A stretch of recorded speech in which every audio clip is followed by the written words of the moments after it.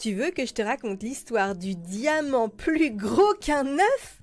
Ok, mais par contre, moi, je ne raconte mes histoires qu'aux enfants qui se lavent les dents.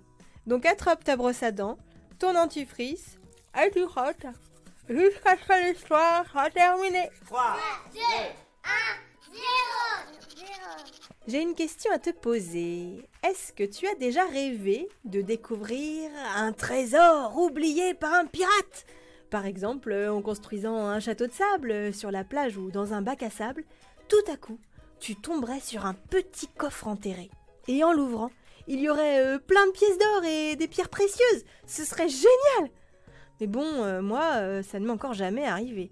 Et c'est quand même malheureusement très rare de tomber comme ça, pouf, par hasard sur un trésor. Mais ça arrive.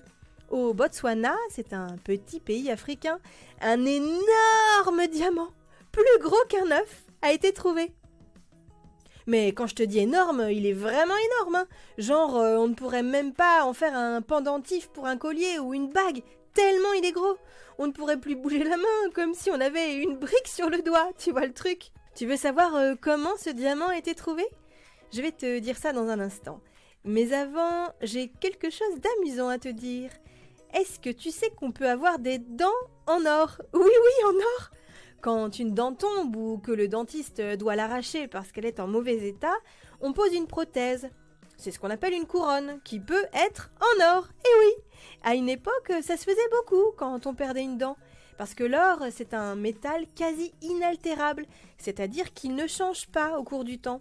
Bon, aujourd'hui, on utilise plutôt d'autres matériaux, moins chers et tout aussi efficaces. En ce qui concerne le diamant plus gros qu'un œuf, il n'a pas été trouvé par hasard.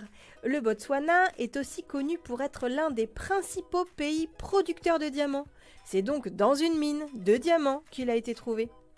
Bon, là, il est dans sa forme brute, hein. Ne t'imagine pas une pierre précieuse qui brille de 1000 feux, transparente et tout, et trop belle. Le diamant n'est pas taillé, il est dans sa forme originelle.